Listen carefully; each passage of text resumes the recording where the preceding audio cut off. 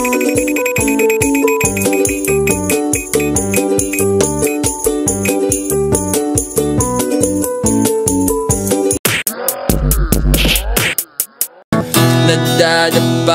bumabangon, gaya ng puno, hindi pumapalag. Yan naman yung ating pag-uusapan today, Nocturnes. At ang tanong na ating sasagutin ay white rice o black rice. Napapansin nyo ba na meron siguro kayong kasama, iba yung kinakain? Parang akala mo champurado, yung pala kanin. Isa ako doon actually. Conversation starter parati sa akin yun tuwing bumibili ako ng ulam sa kantin. Kasi habang iba puti ang kanin, ako naman itim. So kung ako ang sasagot sa tanong na yan, syempre black rice ang mas pipiliin ko. Kung kaya ko kumain na araw-araw ng black rice, gagawin ko. Kung unlimited sana ang time ko sa bawat araw, ang pagluluto ng black rice, 1 oras din. 3 minutong pagbabat at 3 minutong pagluluto. At isama po pa dyan yung sasalin sa lalagyan at saka paglilinis nung rice pot na matagal din kasi malagkit ang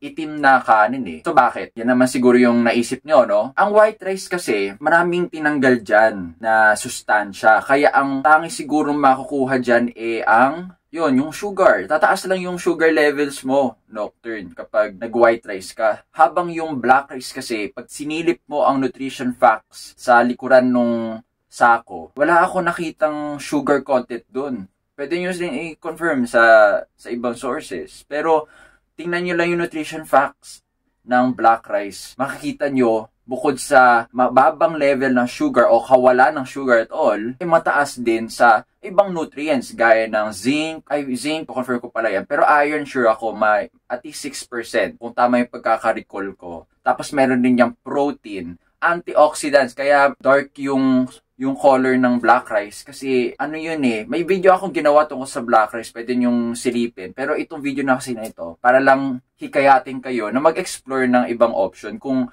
naghahanap kayo ng way para mag-lose weight, black rice could be a contributing factor. Kasi nga, kung wala o mababa yung sugar level nun, mas bababa yung chance na mag-store yung body nyo ng fat due to excess sugar intake. Okay? Kaya black rice nire-recommend ko kasi at least yun, di tulad ng white rice, na preserve yung mga nutrient na kailangan ng ating mga katawan. In addition to protein, iron, saka antioxidants, napapansin ko pag kumakain ako ng black rice, na parang nahihiyang ako, dahil nga siguro may antioxidants, nakakabawas ng stress. At bukod pa dyan, napansin ko yung aking balat, nag-glow. Oo, nag-glow as a result of eating black rice. Pwede nyo rin i-research, no, yung mga iba pang benefits ng black rice kung curious kayo. Pero kung talagang curious kayo sa magiging effects dito sa inyong mga katawan, subukan nyo magluto ng black rice. Recommendation ko, magsimula kayo sa 1/4 cup lang. Kasi 1/4 cup, isang serving na yun. Ako, araw-araw, isang cup lang, pero 2 meal na yun para sa akin. Kasi kung 1/4 nga, isang serving na, kalahati, 2 servings na pala yun. Ang isa pang maganda sa black rice, kapag kahit konti lang yung serving nun compared sa white rice, hindi mabubusog ka kaagad, hindi ka na magki-crave ng higit pa sa kinain mong black rice. Kaya nire-recommend ko 1/4 muna. Kasi nga, kung wala yung sugar, hindi yan malasa. Di tulad ng white rice. So, start small. Tapos, saka mo i-increase. Saka mo araw-arawin kapag nasanay na yung dila mo. So, nasagot ko ba malamang nasagot ko yung tanong. Pero, kung may mga question ka pa tungkol sa black rice, comment mo lang sa baba. Tapos, kung sa tingin mo, gusto mo yung video na ito, nagustuhan mo, nakatulong sa'yo, i-like mo lang. Saka, i-share mo naman sa mga kakilala mong naghahanap ng healthy option sa buhay. So, guys, sa susunod na episode, Nocturne, panatilihin ang iyong tikas. Nadadapa, bumabangon,